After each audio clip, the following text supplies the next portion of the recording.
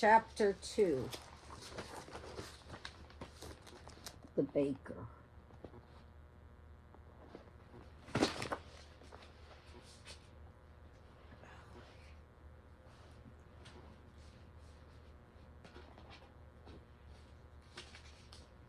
The wind blowing outside of my window woke me up the next morning. As I got out of my warm bed, I realized I no longer had a job. Walking to the bathroom, I felt cold. The heat wasn't on. Going to the radiator, I touched it and it was cold. I then went into the kitchen and picked up my phone to call the landlord.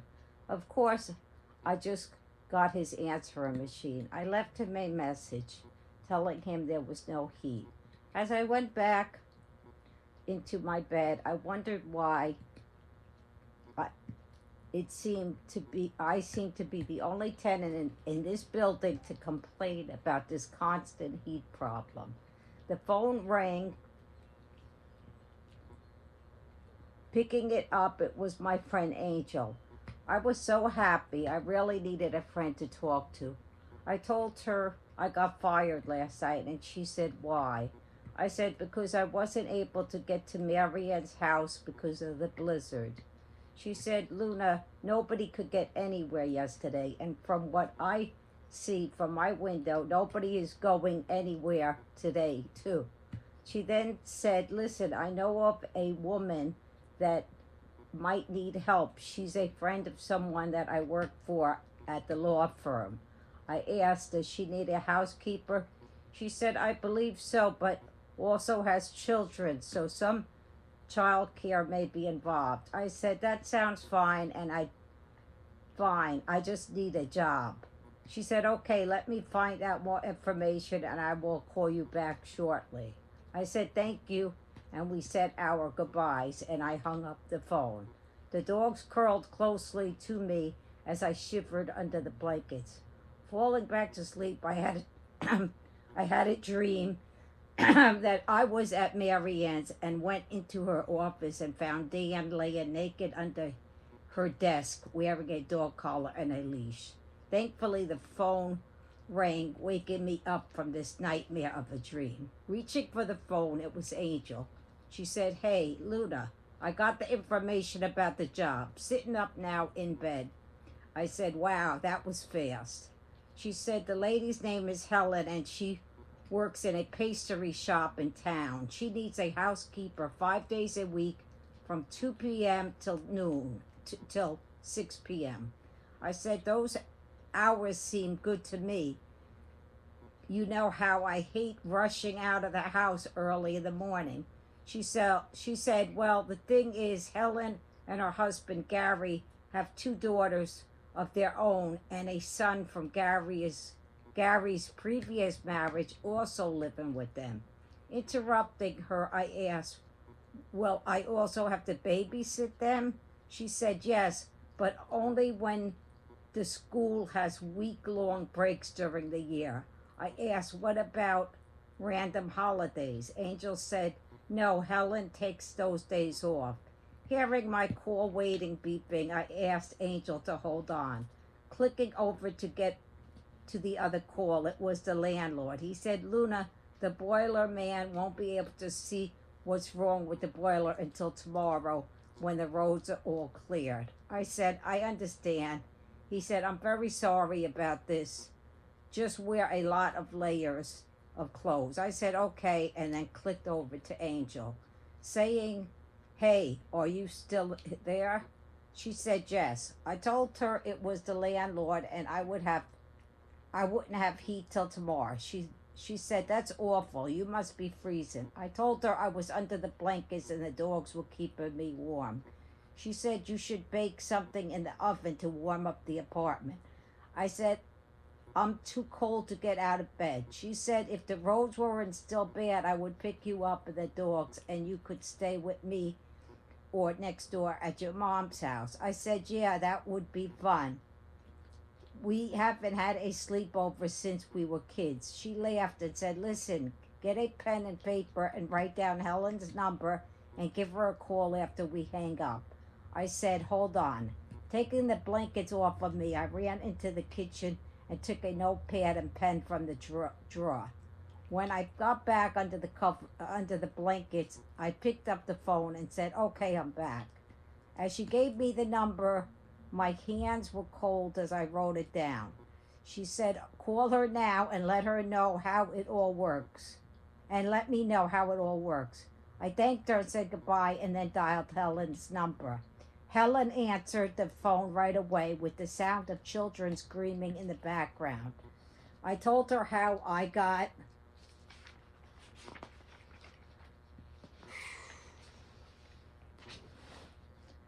her phone number, and she said, "Yes, I was just waiting to hear from you."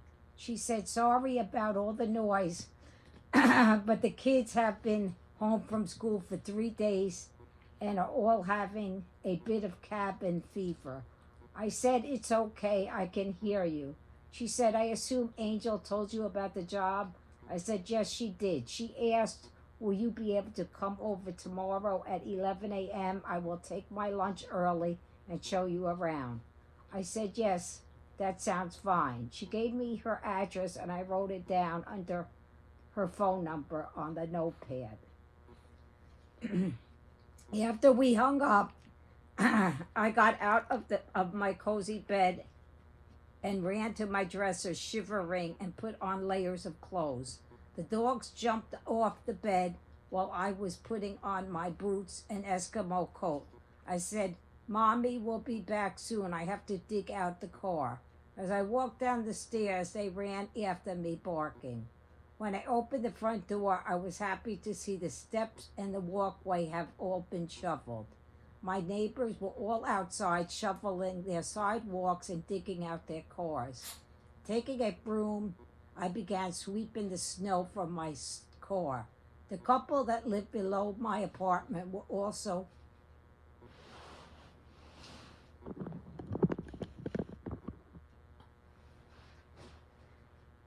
the couple that lived below my apartment were also outside, and we stopped and complained about the broken boiler and how cold it was in our apartments. They saw how cold I was from being so petite and told me that they would finish digging my car out. Thanking them, I ran inside and leashed up the dogs and gave them a fast walk between the big piles of mountains of snow. The sounds of people shoveling and snow plows were loud, and I welcomed the quietness of my apartment when I came back home. I turned on the oven to warm it up and got towels from the bathroom closet and dried the dogs. Looking into the cupboard, I found a box of corn muffin mix.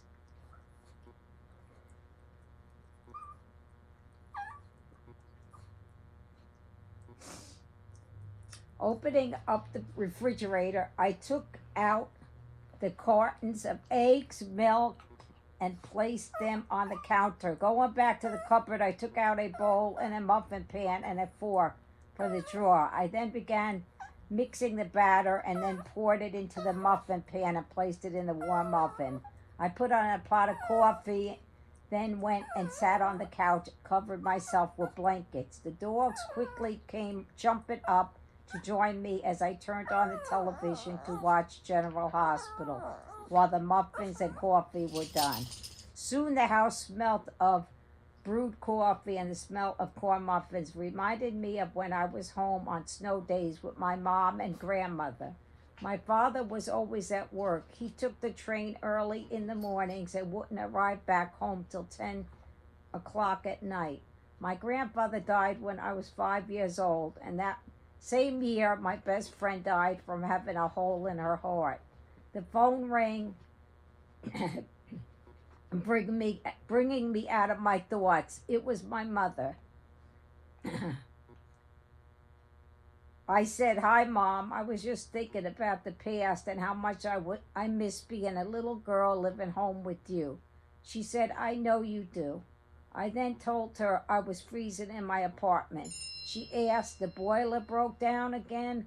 I said in an annoyed tone, "Yes, it did." I then told her about the job interview and I would be going to tomorrow, thanks to Angel. She asked, "Did you dig out your car?" I told her I did, as I put butter on the piping hot corn muffins. It was close to 4 o'clock when we got off the phone. I fed the dogs and put extra newspapers on the floor. it was much. I was much too tired to take them back outside for another walk. Getting back on the couch, I watched more TV and dozed off. I woke up to the noise from the radiator and the feel of heat. It seemed the boiler man made it here after all and fixed the boiler. Feeling the warmth made me sleepier than I already was, so I got on my pajamas and crawled into bed. Even though I knew I had a job interview in the morning, I fell fast asleep. In the morning, I got dressed and walked the dogs before putting on a pot of coffee. The streets were all plowed outside and traffic seemed back to normal. Going back into my apartment, I put a pot of coffee on and sat down at the kitchen and smoked a cigarette, waiting for it to start to brew. When the coffee was done, I poured myself a much needed cup of it. Looking at the time, it was 10:30. I finished my coffee and started gathering up my cell phone, a protein bar, and a bottle of spring water, and put everything in my jean bag. My dog started to bark at me as I put my coat back on. Bending down, I hugged them, saying, "Boys, mommy will be home soon."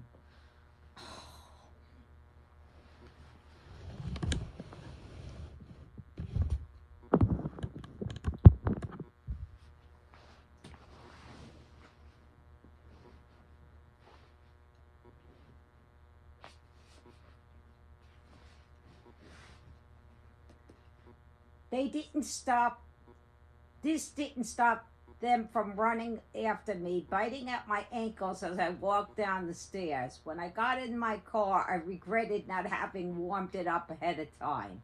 As I sat shivering, I saw Buzz looking at me from the window. Backing out of my snowplow driveway, I drove to Helen's house.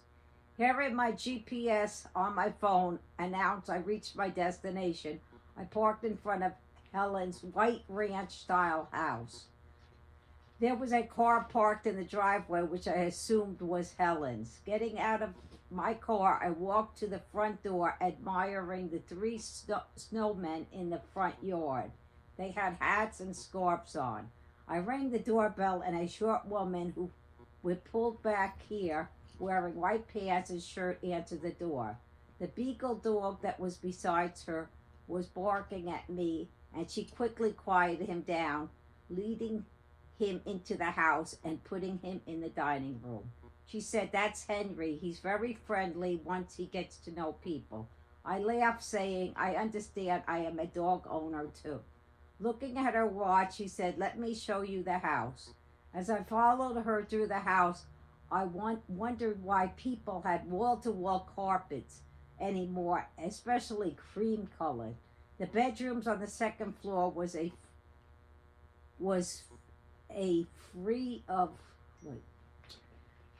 The bedrooms on the second floor were free of clutter, and the beds were neatly made up with pretty comforters and matching pillow shams. Going back down to the first floor, she took me down a small flight of stairs to a big playroom. It was filled with books, puzzles, and a big dollhouse. Down the hallway was the laundry room. She then opened a door that led to the garage, and it was filled with a lot of sporting equipment. When we went back upstairs into the kitchen, the, the floor had big square ceramic tiles. Opening up a pantry closet, there were cleaning supplies, a broom, mop, and Ken's More canister vacuum cleaner. Helen then said, "Luna, when you first come to work, I need you to walk Henry, so when I leave, you can start with that. His leash is already on." Then she handed me a list of instructions that said, "Your hours will be 2 till 6 p.m. But since you are here now, the extra time will give you the chance to get familiar with the house." I said, "Yes, that sounds good." She said, "The school bus drops my children off right in front of the house. My 9-year-old daughter's name is Rosemary, and my 7-year-old is Beth. My husband's son is 12 years old. His name is David. Looking at her watch, she said, I have to go to the I have to go. The keys to the house are hanging up by the front door, and mine and my husband's phone numbers are on the list. She then dashed out of the house, leaving me alone with Henry watching me. He didn't bark at me when I went over to him to take him for his walk, but instead wagged his tail in delight. Taking him from the room, I put the house keys to Helen's house into my pocket of my coat. He didn't pull me as we walked or eat dog feces like Marian's dog Sam. When we got back home, he went on his dog bed as I took the list off the kitchen counter and began reading it. The list read as follows: vacuum rugs daily, wash bathrooms twice a week, wash kitchen floor daily, change sheets once a week, do laundry daily, polish furniture twice a week, wipe down kitchen cabinets, stove, and counters daily, clean out refrigerator every 2 weeks. Going in the pantry, I decided to begin with the vacuuming, knowing that would take the longest. As I vacuumed, Henry slept. I wondered again why people still had carpeting. Wood floors were so much easier to clean, and they made homes look nicer. It took me almost 2 hours to vacuum the house, and when I was done, I brought the vacuum back into the kitchen and emptied the overflowing bag, replacing it with a new one before putting it back into the pantry. I then took the broom and swept the kitchen floor. Knowing the children would be home soon, I quickly washed the floor. When the floor was dry, I saw the school bus pull in front and went to the door to open it for them. Rosemary and Beth came inside first, and I introduced myself to them. They said, Mommy told us you would be here when we got home from school. You are very pretty, Luna. I smiled and said thank you. David came inside next and looked at me coldly, throwing his backpack on the floor, and went running upstairs to his bedroom. Ignoring him, I asked the girls if they would like a snack. Shaking their heads yes, we went into the kitchen. I asked, what do you have for a snack? What do you have for a snack? They both said at the same time, milk and Oreo cookies. As they sat at the table, I opened the cupboard and found the cookies. Then I found 3 small dishes and placed the cookies on them. I then took 3 glasses and poured milk into them. Placing the snack on the table, the girls began to eat while I yelled upstairs to David to let him know that his snack was on the table. David came downstairs and ate his snack in silence as the girls told me about their school day. After he finished his snack, he walked over to his 2 sisters and pulled their hair real hard and ran back up to his room. The girls began to cry, and I went and hugged them. Whispering in their ears, I said, I will tell your mom and dad what David just did, and he will get punished. When they calmed down, I asked, do you have any homework? They said yes, and then ran and got their backpacks from the front hallway. As they did this, I went upstairs and knocked on David's bedroom door. He didn't answer it, so I opened the door and walked in. He was sitting on his bed with a trophy in his hand. I sat down next to him and asked, is that your trophy? He nodded proudly and said, yes, I won it on a hockey tournament. I said, wow, your mom and dad must be so proud of you. He then said something that surprised me. He said, Helen isn't my real mom. My mom died in a car accident, and my dad met Helen a year later and married her and her 2 bratty daughters. As I hugged him, he began to cry. I comforted him. I thought I'd have to ask Angel what happened to the girl's father.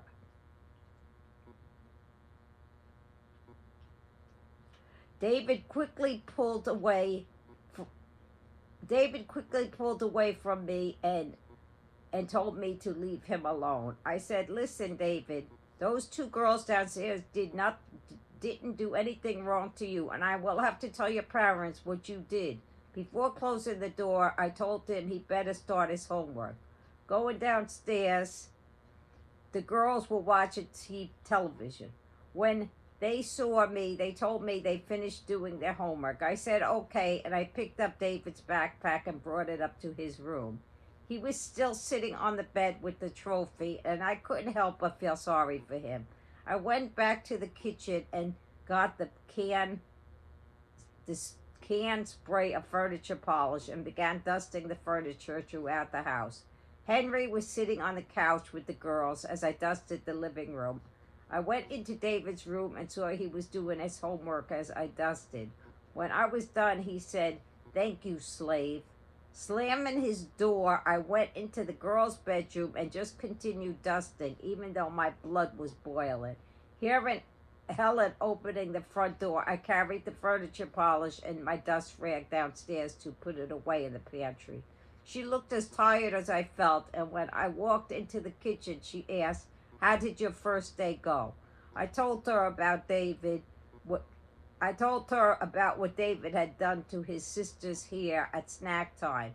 She didn't look surprised and said, "David is in professional therapy. He sees someone every Saturday." I then said, "He told me that his mother died in a car accident."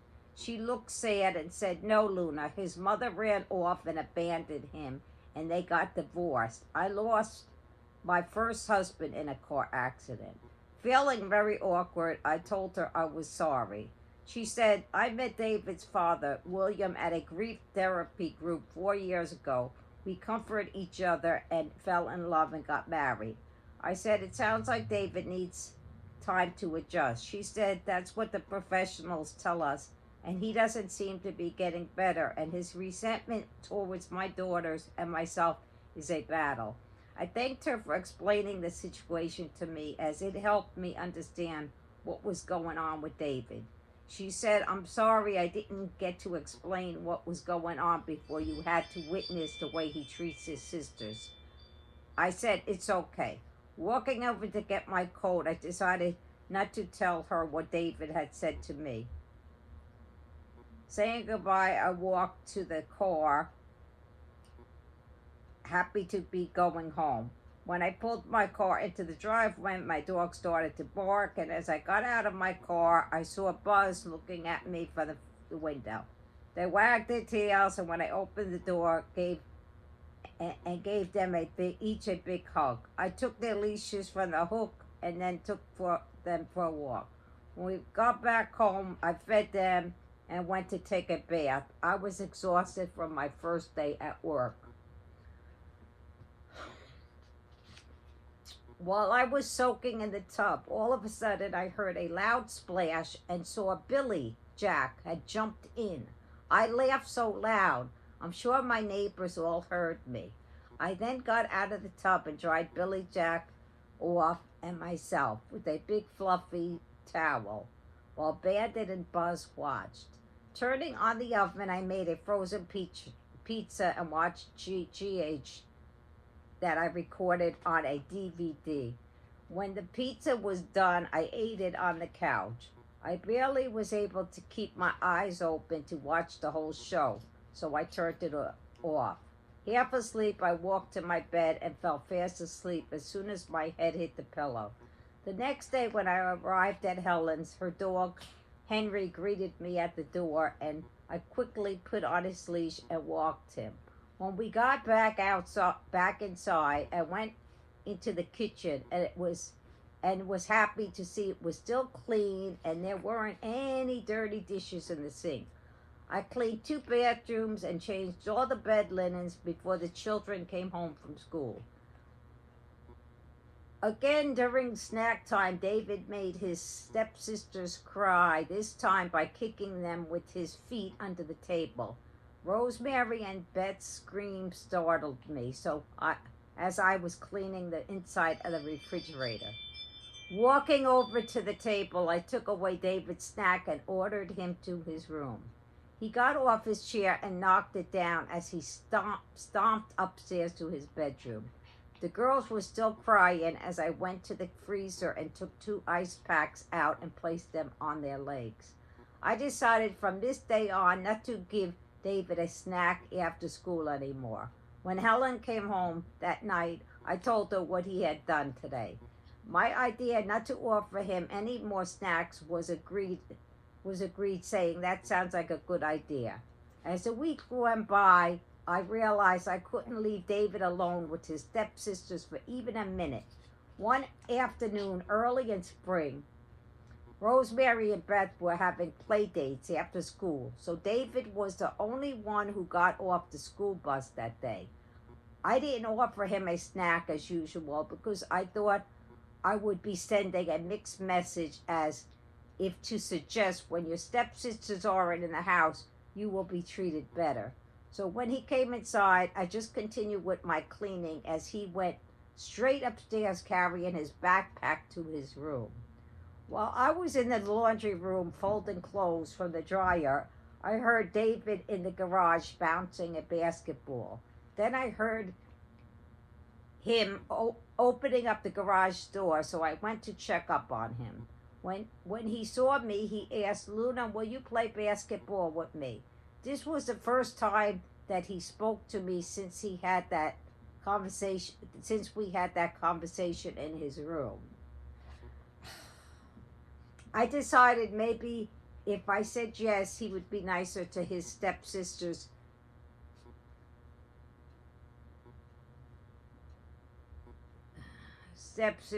at least in my presence. Grabbing the basketball from him, I started throwing it in the hoop. He was so excited that I was playing with him. It made me think he just needed extra attention.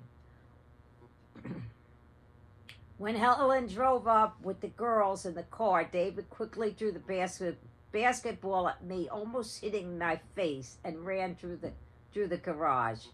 Getting the basketball that rolled across the street, I walked in the house with Helen and the girls and was getting my jean bag to go home. Helen stopped me and said, "Luna, in 2 weeks the school will be closed for spring break and I will need you here from 7 in the morning till 6 at night." I said, "That's a lot of hours." She said, "Well, I told you that was part of your job requirements." I said, "Yes, I remember, and of course I will be here."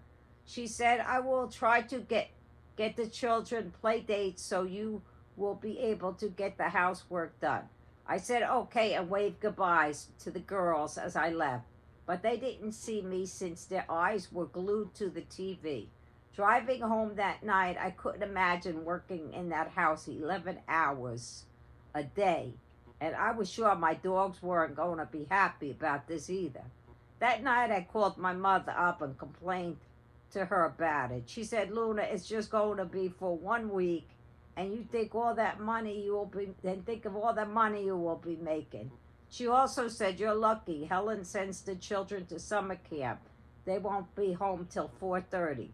My mother always seemed to make me feel better, so I thanked her and said goodnight and went to bed. The next week was the same, having to put up with David's usual hatred to his stepsisters.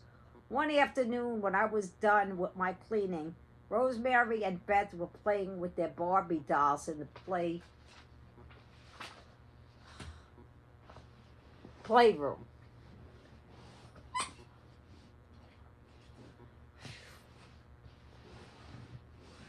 Oh.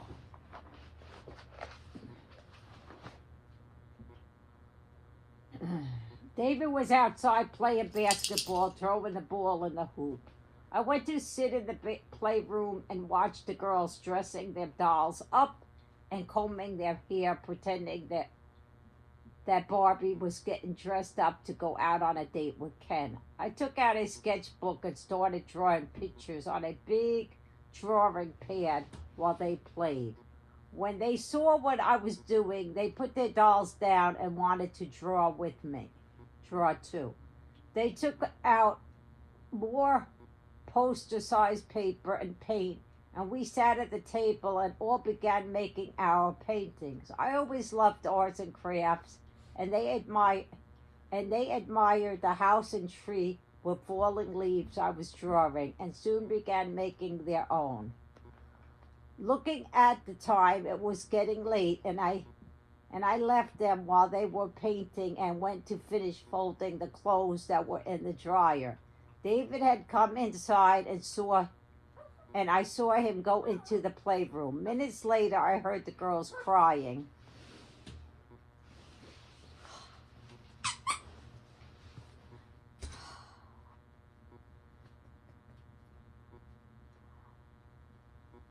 Minutes later, I heard the girls crying and saw David running up the stairs to his room. When I went into the playroom, I saw the girls' Barbie doll's hair was all cut off, and there were dolls' clothes and shoes with all were all thrown carelessly throughout the room. Rosemary and Beth were on the floor trying to find Barbie's accessories. Beth was crying, saying, "Luna, how will we find all of the pieces? They are so small." As I got down on my hands and knees to help them find their dolls, drone items, I said, "Don't worry, girls. I already found a pair of black cowboy boots." They ran over to me and gave me a big hug through their tears. Then I said, "Let's turn this into a game and see who finds the most pieces." This made them stop crying, and we picked up the dolls' belongings.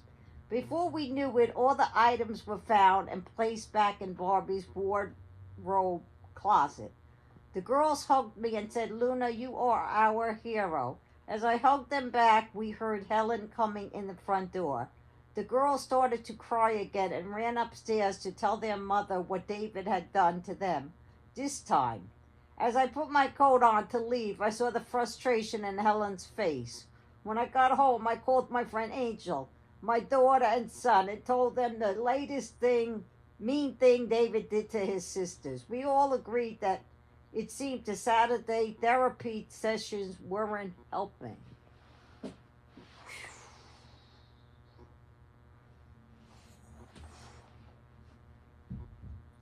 The week of spring break had arrived, and the sound of my alarm clock rang, startling me from my sleep at 6 o'clock in the morning. I never woke up at this early hour. My dogs didn't budge. As I stumbled out of the bed and walked to the bathroom and splashed cold water on my face, to me this was a nightmare. It was much too early for me to be up. Putting on my clothes, I stubbed my toe running to the kitchen to put on a pot of coffee. The sound I made for the pain made the dogs jump off the bed. As they watched me, they were yawning. Once the pain calmed down, I put on my socks and boots. It was now 6:20. Lower in the flame of the stove, I put my coat on, and my dogs followed me down the stairs. I put their leashes on and almost locked myself out of my apartment. Running upstairs, I grabbed my keys that were sitting on the coffee table. Heading back downstairs, I opened the front door and felt the blast of cold air, even though it was officially springtime. I walked the dogs as fast as I could and looked at the time. When we arrived back inside, it was now already 6:40. I turned off the brewed coffee, poured some in my travel mug with half and half. I then gave the dogs fresh water and food and grabbed my bag and ran down the stairs, telling them to be good boys. I got in my car and it was now 6:50. I had 10 minutes to get to Helen's. I had to drive fast, running through a few red lights to make it to work in time. The children were already up eating breakfast when I walked in the kitchen. Helen and her husband barely said goodbye as they both raced out the front door. There was a note for me on the kitchen counter saying to do regular house chores and that she didn't have a chance to make any play dates for the children yet. Yawning loudly, I knew it was going to be a long week. After the children finished eating, Rosemary and Beth ran downstairs and then came running back into the kitchen to show me their new Barbie dolls. David disappeared. I assumed he went back to his room. I began to vacuum the carpets when I heard the girls screaming from the playroom.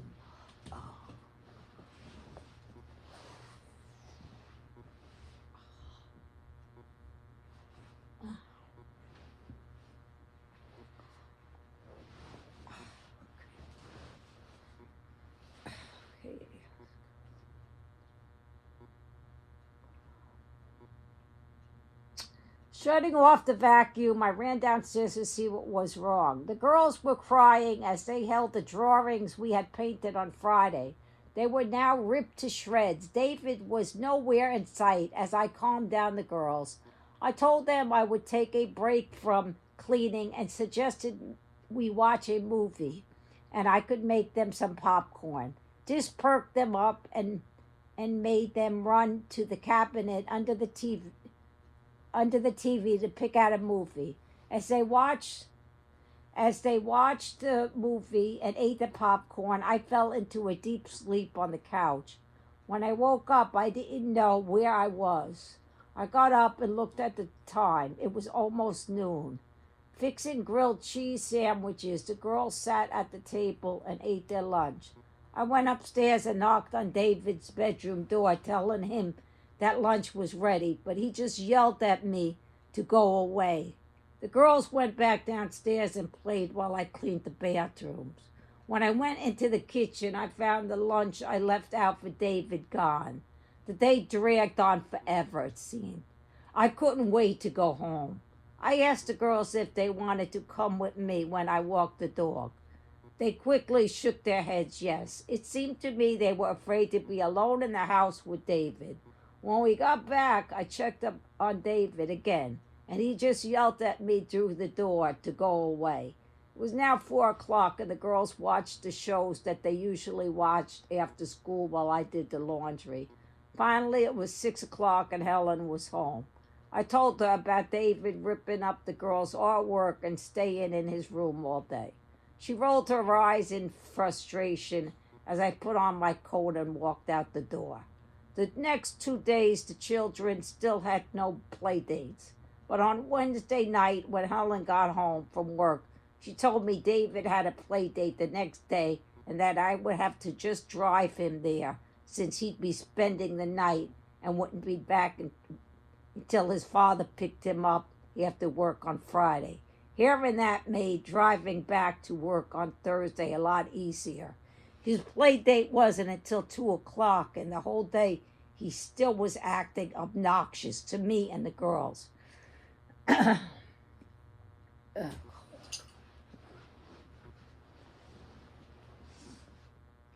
At lunchtime, he threw his glass of chocolate milk into Bet's face and then got up and pulled Rosemary's hair, taking out a big chunk of it.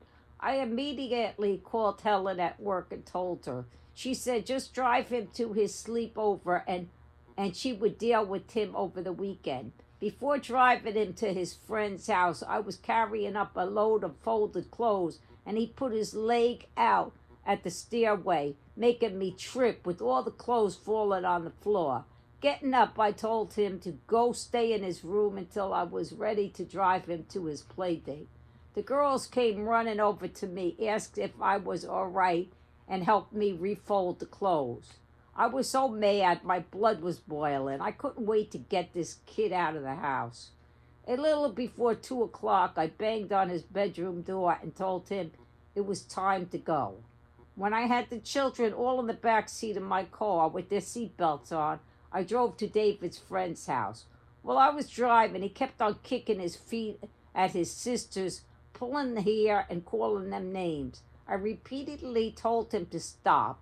The breaking point came when he said, "Shut up and just do your job or you won't get paid." That's when I pulled my car to the side of the road and yelled at the top of my lungs, "Shut up, you little brat." The car was now filled with silence. When we arrived at his friend's house, he got out of the car and waited for him to get When we arrived at his friend's house, he got out of the car and I waited for him to get inside the house. Driving home, the girls were quiet. They never heard me yell like this before. I felt terrible that I lost my patience. When we got back home, the girls turned on the TV while I went into the kitchen. I was shaking from what had just happened and decided to call David's father instead of Helen. When he answered the phone, I told him what happened and that I was sorry for raising my voice as I did. He said, Luna, I fully understand my son is a very troubled boy, and I myself have pulled over the car many times and have done the same thing. Please don't worry about it. I said thank you. After I hung up the phone, I took the broom out of the pantry and swept off all the crumbs on the floor from breakfast and lunch. Then I mopped the floor. While it dried, I sat down with the girls and they cuddled up to me as we watched TV.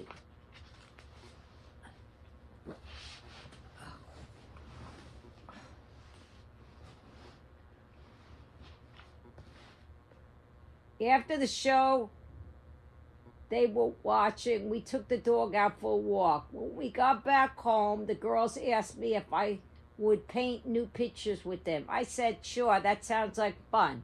The house felt peaceful without David being in it. Helen came home and came down to the playroom and admired our paintings. I hugged the girls and said goodbye and went upstairs and put my coat on. On my drive home, I smiled, thinking tomorrow will be the last full day of work. I stopped at McDonald's along the way. I was much too tired to cook tonight. When I woke up on Friday morning, I didn't feel so bad knowing David wouldn't be at the house. The girls were very well behaved, so I caught up with a lot of housekeeping chores. The day seemed to have gone by very fast, I thought, as I was dusting the girls' bedroom's furniture. I heard Helen come home and she slammed the front door very loudly. I took my rag and furniture polish to store in the kitchen pantry. Helen was at the counter counting money as I placed these items away. She seemed to be in a very bad mood, so I left the kitchen. The girls were watching TV on the couch while I put my coat on. I thought by now Helen would have called me into the kitchen to give me my pay, but she didn't, so I sat down on the couch with the girls. Finally, what seemed like hours, Helen called me into the kitchen. When I walked into the kitchen, she had my pay in her hands, and as I went to reach for it, to my shock, she threw it at me, screaming, saying, "You made more money than I did this week." My hard-earned pay was scattered all over the floor, and I began to pick it up. When I had my money in my pocket, I looked at her and said, "I quit." Grabbing my jean bag from the hallway, I opened the front door and slammed the door loudly behind me. Driving home that night seemed to take forever. Pulling into my driveway, I saw Buzz looking out the window from the stairway. Putting my key in my apartment door and unlocking it, I said out loud, "There's no place like home." My dogs were at the bottom of the stairs greeting me with wagging tails. Putting on their leashes, I took them outside. As we walked in the crisp, fresh night air, I thought once again I was out of a job, but at the same time grateful I was away from another family's madness.